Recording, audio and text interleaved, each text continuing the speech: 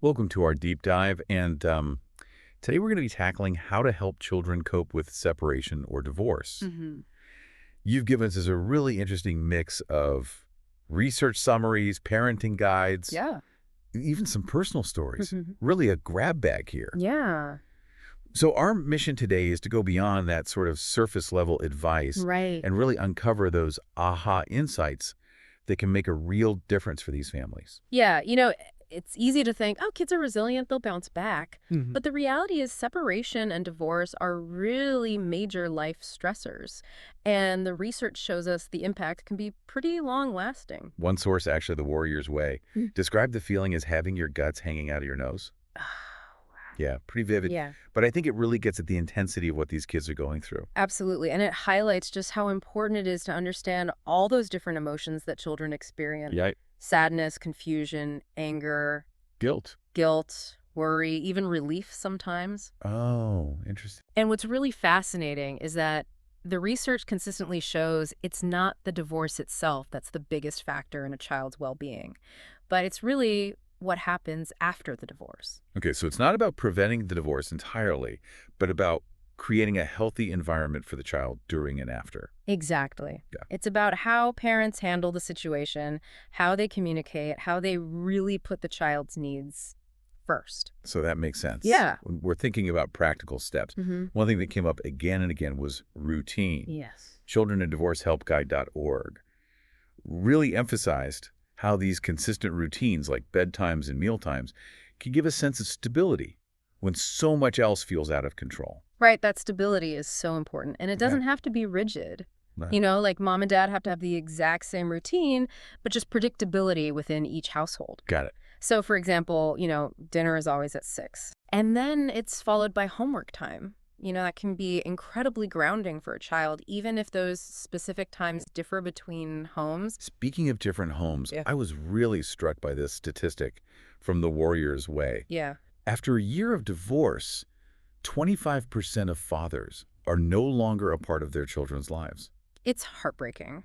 It really is. And it just really underscores how important it is that both parents are actively participating in the child's life, even if their relationship with each other is broken down. Mhm.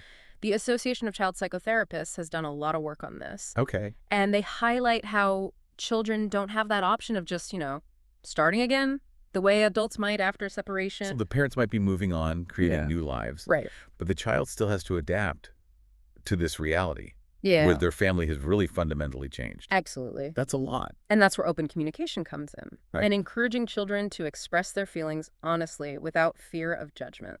But how do we create that safe space Yeah. for them to open up, especially when they're struggling with these really intense emotions like anger, blame? What if they're the ones shutting down communication? That's when self-care for parents becomes really, really crucial. Okay. Divorce and Separation Mental Health Parent Guide Young Minds had a whole section on this. Yeah. And they emphasize that if you are not taking care of your own emotional well-being, it is so much harder to be present and supportive for your child. So it's not selfish to prioritize self-care. Not at all. It's actually essential to Yeah. being the best parent you can be in this situation. Exactly. You can't pour from an empty cup, right? Right. And we think about self-care, and it's not just about, bubble baths and massages. It's about therapy, support groups, exercise, spending time in nature, anything that helps you recharge and regulate your emotions. Yeah, because if you're constantly on edge, the kids are going to pick up on that energy. It's going to affect them. And it will impact their ability to cope as well. Speaking of things that impact a child's ability to cope, Yes. pretty much every source we looked at talked about parental conflict Yes. and the damaging impact of that. For sure. Divorce and separation, how parents can help children cope, went as far as to say the stress of divorce for a child is like the death of a spouse for an adult. Wow. Yeah, that's a pretty powerful comparison. It is. It really highlights how important it is to minimize conflict in front of the kids. Yes, even when you're feeling angry, hurt. Right. But how do we actually do that? It's not easy. No. But it really all boils down to putting the child's needs first. Okay. Helping children through divorce and separation suggested something, a tip that I really liked. Okay. And that's to role play difficult conversations with a friend beforehand. Oh, interesting. Yeah, so you're kind of having a dress rehearsal Yeah. for those tough conversations, and it helps you make sure that you are coming from a place of calmness, Right. that you're focusing on what the child needs, not just your own emotional baggage. It makes a lot of sense. It's about finding ways to communicate respectfully and effectively, even if you don't agree on everything. So we've talked about the emotional roller coaster, the importance of routine and open communication, Mm-hmm. and then the dangers of all that parental conflict. Yeah. What about discipline and boundaries? Yes. Helping children cope with divorce pointed out that consistency in these areas is so crucial, even when everything else is changing around them. You're right, and it might seem kind of counterintuitive to be firm during such a sensitive time, but that structure and predictability can actually be really reassuring for kids. So it's less about being punitive and more about a sense of normalcy and safety. Exactly. Think of it as kind of creating a container for your child's emotions. Okay. They need to know that even though their family is changing, there's still those clear boundaries and expectations for their behavior.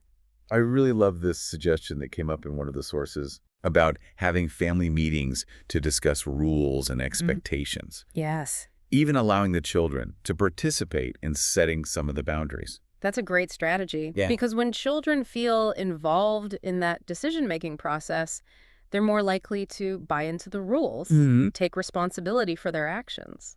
It sends a message that their opinions and feelings are valued, Yes. which is so important at a time when they might be feeling really powerless Absolutely. and unheard. It's also so important to reassure children that they are not to blame for the divorce. Right. No matter what they did or didn't do, Yeah. they're not responsible for the breakdown of the marriage. Divorce and separation. How parents can help children cope. Highlighted how children, especially the little ones, really think egocentrically. Yes. And they might assume that events are caused by their own actions. Of course. You know, if I hadn't been naughty, maybe mom and dad wouldn't be fighting. Right. And it's our job as the adults to gently correct those misconceptions. Help them understand that the reasons for the divorce are complex and they really have nothing to do with them. Okay, so to recap, we've covered the emotional impact. Yeah. We've talked about routine, communication, conflict, discipline, and this idea of reassuring kids that they're not to blame. What about when a child is really struggling? Yeah. Maybe they're having behavioral problems, they're withdrawn, showing signs of distress that kind of go beyond the typical ups and downs. In those cases, seeking professional help is really crucial. Oh. A qualified therapist can give that child a safe space to process their emotions, to develop some coping mechanisms, and to build resilience. Children and divorcehelpguide.org recommended checking with the child's school or their GP for referrals to therapists. Yes. I think it's really important to emphasize that seeking professional help isn't a sign of weakness or failure. No, not at all. It's really a sign of strength and commitment to your child's well-being. Absolutely. It's about recognizing that you don't have to go through this alone. There are experts out there who can provide support and guidance for both you and your child. And it's not just about addressing the immediate crisis, Right. but recognizing that this can have a long-term impact. Yes. And staying attuned to your child's emotional well-being, even as they grow older, is so important. Absolutely. And it's never too late to seek help. Right. Even adult children who are experiencing challenges related to their parents' divorce Yeah. can benefit from therapy or support groups. You know, one thing that really stood out to me in divorce and separation, how parents can help children cope, was just affirming your abiding love for your children through words, Yes. physical affection, quality time. Yeah. Sounds so simple, It does. but it can be so easy to forget those basic needs when you're caught up in the stress Absolutely. and all the logistics of separation. That's where self-care comes in again. Yeah. If you're depleted and overwhelmed, it's hard to be that emotionally supportive parent that your child needs. So taking care of yourself is an act of love for your child. And self-care can take so many forms. Therapy, exercise, spending time in nature, Right. connecting with friends, anything that helps you recharge and regulate your own emotions. It's like that saying, love them the most when they deserve it the least. Yeah. Because let's face it, kids aren't always going to be easy No. to deal with during divorce. They Yeah. might be acting out, pushing boundaries, withdrawing. It takes so much patience and understanding It does. to stay connected and loving through all of that. Absolutely. And it's in those moments that they need our love and support the most. There was this really interesting point in one of the sources Yeah. about viewing children's behavior as a form of communication. Oh, interesting. So instead of just trying to fix the behavior, Right. we need to be asking ourselves, what is this child trying to tell me through their actions? Mm-hmm. Are they feeling scared, angry, neglected, powerless? Great. So once we understand those underlying emotions, we can start to address them in a more meaningful and supportive way. I love that, being emotional detectives, Yeah, trying to decipher the language of their behavior. it's a good way to put it.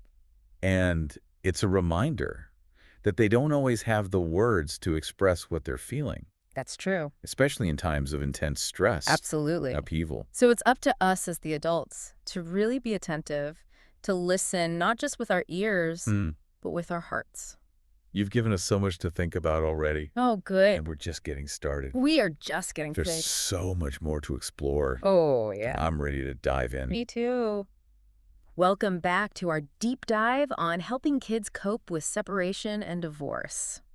Before the break, we were talking about seeking professional help when a child is showing signs of real struggle. Yeah, and childrenanddivorcehelpguide.org had some good advice about not being afraid to start with those resources that are already familiar to the child, Right. like their teacher or the school counselor. Absolutely. Those professionals are often the first to see those changes in behavior or in academic performance, and they can be just incredible advocates in helping families connect with the right resources. And it struck me, too, how many sources emphasize that it's not just for crisis situations. Yeah. Therapy can be so beneficial, even for kids who seem to be doing okay on the surface. Absolutely. Therapy provides that safe and supportive space for kids to really process their emotions and develop those coping skills and build resilience, Yeah. no matter how they're presenting on the outside. It's like preventative care for their emotional well-being. Exactly. And it's not just about individual therapy either.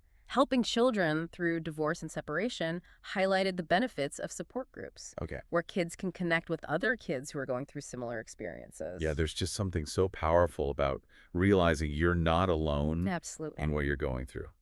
For some kids, that can be incredibly healing. Okay, I have a question that's been on my mind. Okay. We talk a lot about minimizing conflict between parents. Right. But what about when that's unavoidable? What if there are legal battles or disagreements about custody or even safety concerns? That's such an important question, and unfortunately, it is a reality for so many families going through divorce and separation. How parents can help children cope. Address this directly.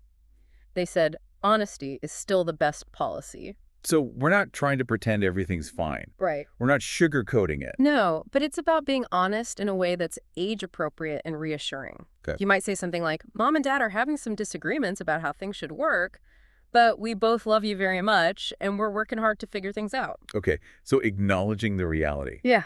without burdening them with the adult stuff. Exactly. Got it. And emphasizing that even though you're disagreeing, you both still love them unconditionally. Yeah, that sense of unwavering love can be such an anchor It can. for a kid who's just feeling lost in the storm. You know, one of the sources helping children cope with divorce made this point that I thought was really interesting.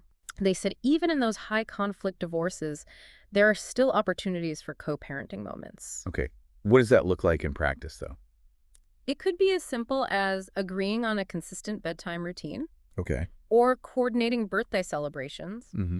Even just sending like brief neutral updates to each other about the child's schoolwork or activities. So it's not about being best friends Right. or pretending the conflict isn't there. Exactly. It's about finding those little areas where you can agree Yes. and cooperate. For the sake of the child. Right. And those small acts of co-parenting can make such a big difference for that kid's sense of stability and well-being.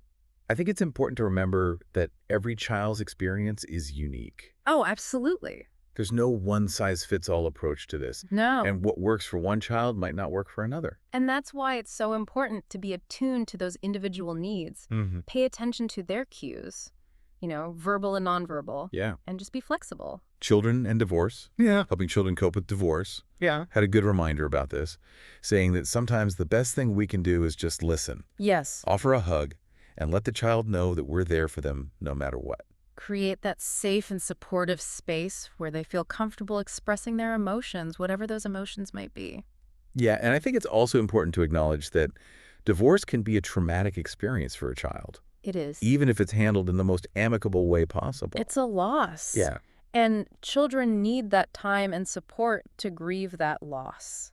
just like they would grieve any other loss. Exactly. How to help your kids cope with separation highlighted that. Yeah. Not rushing the process. Right. Don't force them to get over it or pretend everything's fine. Hmm. Allow them to feel those emotions and express their grief and gradually adjust to this new reality. And just be patient and understanding with them.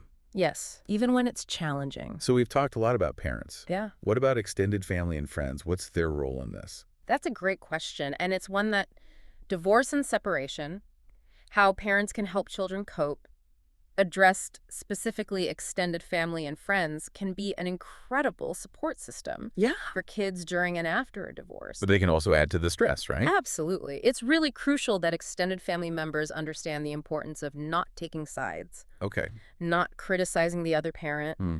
or overwhelming the child with their anxieties about the situation. So being a source of stability and love Yeah. without getting caught up in the adult drama. Exactly. And it's often up to the parents to kind of set those boundaries Mhm. and gently educate their families about what is helpful and what might be unintentionally harmful to the child. And what about friends? How can they be supportive? Friends can play such a huge role in helping kids feel normal and connected. Yeah. Helping children through divorce and separation emphasize just being there for the child, listening without judgment, and offering those opportunities for fun and distraction. Just reminding them that they're still loved and valued Yes. and worthy of friendship. Regardless of their family situation, and Yeah. sometimes the best support is just being a good friend, Yeah. offering a listening ear, a shoulder to cry on, or just a fun outing to take their mind off of things. As we're talking about these support systems, Yeah. I'm thinking about schools. Oh, yes. Schools play a vital role. What can they do? Well, unlocking resilience. How to Help Children Thrive After Divorce pointed out that teachers, counselors, and administrators can be amazing sources of stability Hmm. and consistency and emotional support for kids. Especially at a time when their home life feels out of control. Exactly. And it's not just about academics. It's about creating that safe and nurturing environment Right. where kids feel comfortable expressing their feelings, seeking guidance, building resilience. Are there specific things that schools can offer? Schools can offer a range of resources and programs, Okay. things like individual counseling, Mm. support groups, Yeah. classroom curriculum on social emotional learning, parent education workshops, and even teacher training on how to identify and support students who are going through these family transitions. That's amazing. It is. It sounds like open communication between parents and schools would be crucial. Yes. Divorce and separation, Mhm. helping children adjust. Specifically talked about how important it is to keep teachers in the loop about major changes, Mm-hmm. custody arrangements, living situations, even just emotional ups and downs. Yeah, everyone who interacts with that child has a role to play. Exactly. And when parents and schools work together, it creates that sense of stability and consistency Right. for the child. Which can be so reassuring. Yes, during times of transition. One thing that I really took away from all of this research Yeah. is just how important it is to validate children's feelings. Yes. Whatever those feelings are. Whatever they are. It's so tempting to just try to fix it. Oh, Mom. When they're sad or they're angry. Yeah. But sometimes the best thing we can do is just acknowledge and accept their emotions. Helping children through divorce and separation highlighted the power of validation in helping children feel seen, heard, and understood. Mhm. It's about saying, I see you, I hear you, your feelings are valid. Yeah. Even if you don't necessarily agree with their perspective or their behavior. It doesn't mean we have to agree or No. condone negative behaviors. Exactly. But it's just acknowledging that what they're feeling is real. yes. And it's okay. You can even validate their feelings while you're setting limits on their behavior. Oh, that's good. You could say something like, I understand that you're angry right now, and it's okay to feel angry, but it's not okay to hit your sister. Right. Let's find a different way to express that anger. I like that. Validation is more than just words. Okay. It's also your tone of voice, your Right. body language, your willingness to really listen without interrupting or offering unsolicited advice. It's creating that safe space Yeah. of trust where they can share those feelings. Without fear of judgment. One thing I think is really important to touch on is introducing new partners Oh, yeah. to children after a divorce. That's tricky. It can be a really sensitive situation, and a lot of parents struggle with it. For sure. Divorce and separation, how parents can help children cope. had some really good advice on this. Okay. They emphasized taking things slowly and putting the child's emotional well-being first. Okay. They suggested waiting at least a year before introducing a new partner, Oh, year. at least, and even then proceeding with caution and sensitivity. Yeah, that makes sense. They need time to adjust. Right, it's like adding another layer of complexity to an already complicated situation. Yeah, and kids might have mixed feelings about it. Of course, They might be happy for their parent, but also worried about being replaced. absolutely. So reassure them that they will always be loved and cherished no matter what. Helping your child cope with your divorce or separation had some tips Hmm. at how to actually introduce a new partner, Oh, yeah. like starting with casual encounters in public and then moving to more family gatherings later on. Yeah, that's a good approach. Yeah, it lets them get to know the new person slowly at their own pace. And don't force them to be affectionate or call the new partner mom or dad right away. Yeah, give them time. Respect their pace. Mm. Let the relationship build organically. And be mindful of those dynamics Yes. between the new partner and your kids. Are they respectful?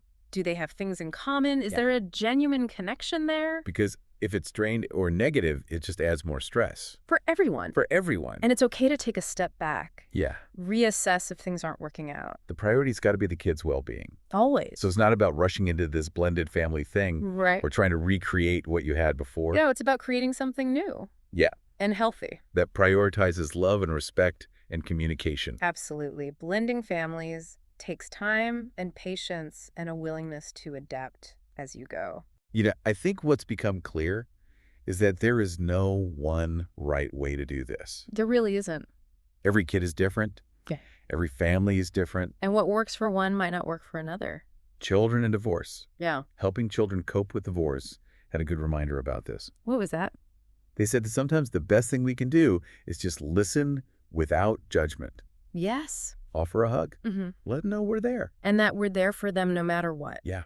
Create that safe and supportive space for them. Where they feel comfortable expressing whatever it is they're feeling. And acknowledge that it can be traumatic. It is a loss. Even if it's handled as well as it can be, It is. it's still a loss. And they need time to grieve that loss. How to help your kids cope with separation. Talked about that too. Yeah. Not rushing the healing. Don't force them to get over it. Right. Let them feel it Mm. and adjust. We talked a lot about parents, but what about extended family and friends? Yeah. Divorce and separation.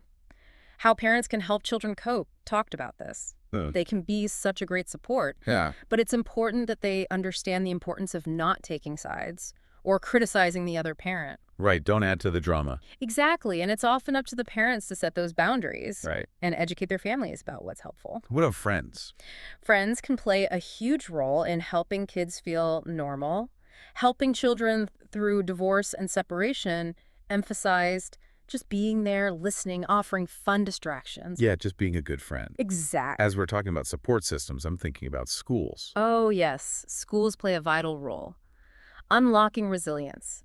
How to help children thrive after divorce pointed out that teachers, counselors, administrators can all be great sources of stability. Yeah, especially when things at home feel out of control. And it's not just academics, it's about creating that safe and nurturing environment. So are there specific things that schools can do? Schools can offer a range of resources, like individual counseling support groups, classroom curriculum on social and emotional learning, Wow. even parent education workshops and teacher training. It sounds like open communication between parents and schools is so important. Absolutely. Divorce and separation, helping children adjust, talked about how important it is to keep teachers informed about any major changes in the child's life, custody arrangements, living situations, even just emotional ups and downs. It takes a village, right? Exactly. And when parents and schools work together, it creates that stability and consistency that kids really need. One thing that I've learned is that it's so important to validate children's feelings. Helping children through divorce and separation highlighted the power of validation. Saying, I see you, I hear you, your feelings are valid. Even if we don't agree. Even if you don't agree with their perspective Yeah. or condone their behavior. But just acknowledging that what they're feeling is real. Absolutely. And you can validate their feelings even when you're setting limits. Give me an example. You could say, I understand that you're angry right now, and it's okay to feel angry, but it's not okay to hit your sister. Let's find a different way to express that anger. Oh, I like that. And validation isn't just words. Okay. It's your tone of voice, your body language, and really listening without interrupting. You know, one thing I think is really important to talk about is introducing new partners Yes, that can be tough. after a divorce. It can be really sensitive. Divorce and separation, how parents can help children cope. Had some good advice about this. Oh, good. Take things slowly, prioritize the child's emotional well-being. They actually suggested waiting at least a year Wow. before introducing a new partner. A whole year. And even then, proceed with caution. They need time to adjust. Yes, it adds another layer of complexity. Yeah, and they might have mixed feelings about it. Of course. Happy for their parent, but worried about being replaced. Absolutely. Hmm. So it's crucial to reassure them that they're loved no matter what. Yeah. Helping your child cope with your divorce or separation. Had some good tips on how to introduce a new partner. Oh, like what? Like starting with casual encounters in public Okay. before moving on to more intimate family gatherings. That makes sense. It allows them to get to know the person gradually. Yeah, on their own terms. Give them time. Don't force them to be affectionate. Or use mom or dad right away. Right. Respect their pace. It's got to be organic. Yes. And it's important to be mindful of those dynamics between the new partner and the children. Right. Are they respectful? Do they have things in common? Do they get along? Is there a genuine connection? Because if it's strained, it creates more stress. For everyone. Exactly. And remember, it's okay to reassess if things aren't working out. The priority has to be the kid's well-being. Absolutely. It's not about trying to replace what was there before, No. but creating something new And healthy. that prioritizes love and respect and open communication. Beautifully said. And blending families takes time It does. and patience. And a willingness to adapt. One thing that I think we can all agree on is that there's no one right way to do this. You're absolutely right. Every child is different. Every family is different. And what works for one might not work for another. Children in divorce, helping children cope with divorce, put Yeah. it this way. How's that? Sometimes the best thing we can do is just listen without judgment. Absolutely. Offer a hug. Let the child know that we're there no matter what. Create that safe and supportive space. Exactly. Where they feel comfortable expressing their emotions. And acknowledge that it can be traumatic for them, It is a loss. even if it's handled perfectly. Yes. How to help your kids cope with separation. Talked about not rushing the healing. Absolutely. Let them feel it and adjust. We talked a lot about parents. What about extended family and friends? Divorce and separation. How parents can help children cope. Address that. They can be a great support system.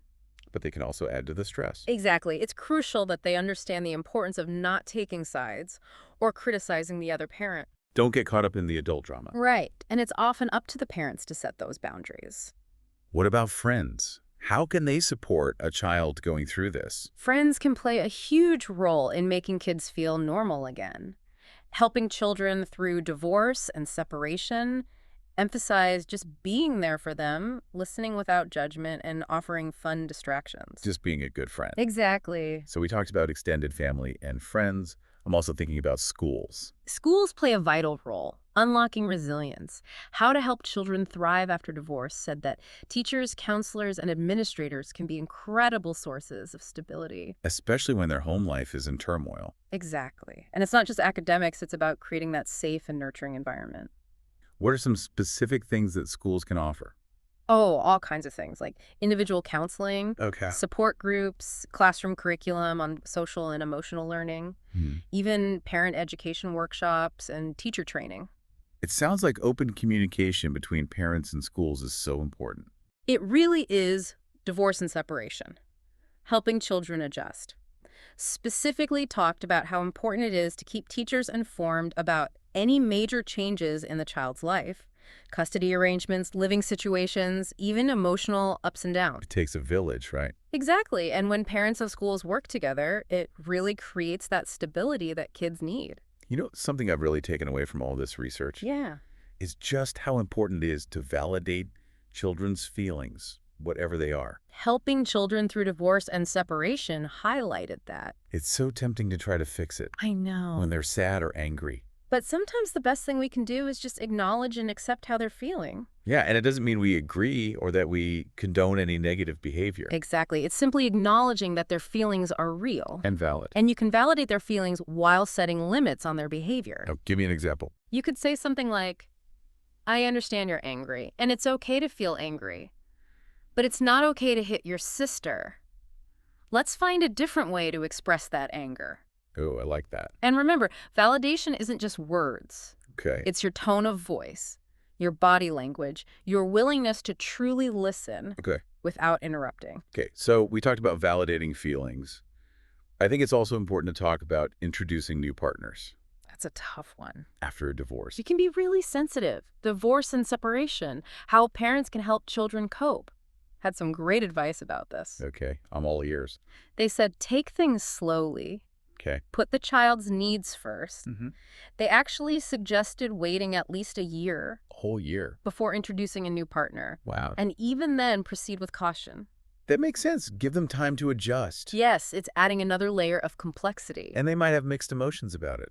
They often do. Happy for their parents, but also worried about being replaced. So it's really important to reassure them that they are loved no matter what. Helping your child cope with your divorce or separation had some good tips on how to introduce a new partner. Oh, yeah, like what? Start with casual encounters in public places, Okay. and then later on move to more intimate family settings. That makes sense. Allows them to get to know the person slowly. Yeah, on their own terms. Don't force them to be affectionate or call the new partner mom or dad right away. Give them time. Respect their pace and let that relationship develop organically. And be mindful of the dynamic between the new partner and your children. Are they respectful of each other's boundaries? Do they have things in common? Is there a genuine connection there? Because if it's strained, it's just going to add more stress for everyone. And it's okay to take a step back and reassess if things aren't working out. The priority is always the children's well-being. Absolutely. It's not about replacing what you had before. Right. It's about creating something new and healthy. That prioritizes love, respect, and communication. It takes time, blending families, It does. and willingness to adapt. One thing that's become really clear to me Yeah, is there's no one right way to do this. you're absolutely right. Every kid is different. Every family is different. And what works for one might not work for another. Children and divorce. Helping children cope with divorce. It's sometimes the best thing you can do is just listen without judgment. That's so important. Offer a hug. Let the child know that you're there for them. Absolutely create that safe and supportive environment Yeah. where they feel comfortable. And acknowledge that it can be traumatic for kids. It is a loss. Even if it's handled perfectly. Yes. How to help your kids cope with separation.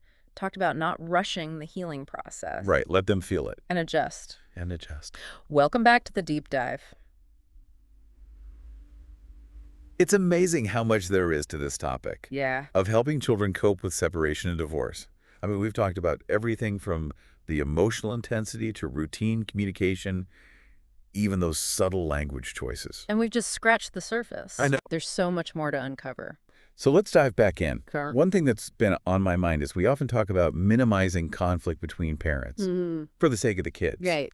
But what about those situations where the conflict is about a real safety concern? Yeah. What if there's abuse or neglect? Right. Do those same rules apply? That's such a good question. And the truth, how divorce affects your children and what you can do, address this head on. Okay. They said a child's safety and well-being has to come first. Okay. In those cases, it's not about minimizing conflict. It's about protecting the child. So it's a completely different conversation. It is. It's not about co-parenting or presenting a united front. Right. It's about keeping that child safe and secure. Even if it means limiting contact with one parent. Yeah, and that's got to be such a tough decision for parents. It is, especially if you're worried about legal stuff or what their family will think. I imagine there's so much guilt and fear involved too. Absolutely. And that's why it's so important to get professional help. A therapist, counselor, or child advocate can help those parents figure out what to do Yeah. and put the child's safety first.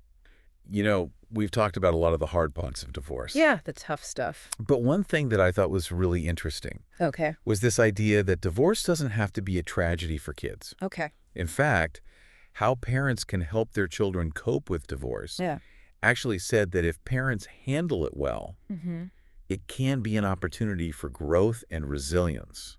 I love that perspective. It's easy to get caught up in the negative. Yeah. But there are always opportunities for healing and The growing. positive transformation. Absolutely. So it's not about thinking, oh, this is going to scar my child forever. Right. It's more about, okay, this is a challenging chapter, Yeah. but we can learn and grow from this. And growth often happens outside of our comfort zones. That's true. So divorce might feel like a setback, but it can also be a catalyst for building resilience, empathy, self-awareness. You know, one thing that came up in the research over and over again was self-care for parents. It's so important. How to help your kids cope with separation. So that's something that really stuck with me. What was that? They said, kids are like emotional sponges. Oh, They soak up the energy and emotions of the adults around them. it's so true. So if you're stressed and anxious and overwhelmed all the time, your kids are going to pick up on that. Absolutely. And it's going to affect them. Their ability to cope. So taking care of yourself is not selfish. No, It's actually an act of responsibility it really is. towards your kids. And self-care doesn't have to be this big, elaborate thing. Right. It can be just taking 5 minutes to meditate or going for a walk, listening to your favorite music, calling a friend who makes you laugh. Yeah. Just finding those little moments to recharge. And you're modeling healthy coping skills for them, too. That's true. They see you taking care of yourself, and they're more likely to do the same. It's like you can't teach what you don't know.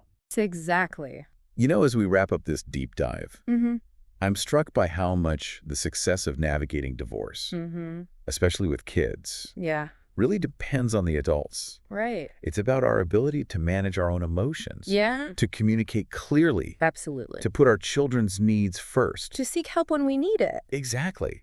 And it's a reminder that even though divorce can be so painful and challenging, It can be. it doesn't have to define us Right. or our children's futures. With the right support and a lot of love, we can help our kids not just cope with divorce, but thrive because of it. And isn't that what we all want? It is. To give our kids the tools they need to face life's challenges, Absolutely. The resilience, the emotional intelligence, the coping skills. no matter what life throws at them. It's so fascinating how this topic touches on so many different aspects of human experience. Like what? Love, loss, family, resilience, and the power of human connection. Yeah, it's a reminder that even though divorce can feel isolating, It can. we're not alone. There are so many resources and support systems out there. And people who've been through similar experiences. This has been such a thought-provoking conversation. It had. I think it's a powerful reminder that even though divorce is hard, it's not the end of the story. There's so much hope. Yeah. So much potential for healing and growth for everyone involved. We've covered a lot of ground today. I have. Routine, communication, validation, self-care. But I think the biggest takeaway for me Okay. is that love is the most powerful force out there. It is. And divorce might change the shape of a family, yeah, but it doesn't change the love. that's true. And that love, that unwavering support, Yeah. is the most powerful thing we can give these kids. I completely agree. And the more we understand about how divorce affects children, the better we can support them and guide them and help Yeah. them build a brighter future. We've covered a lot of ground today. We have. But I think the bottom line is this. Love matters. Love matters. Divorce doesn't have to be the end. There's hope, there's healing, there's growth Absolutely. for both the kids and the adults. It's been great exploring this topic with you. Yeah, this has been a great conversation. And to our listeners, thank you for joining us on this journey. We hope you found some valuable insights along the way.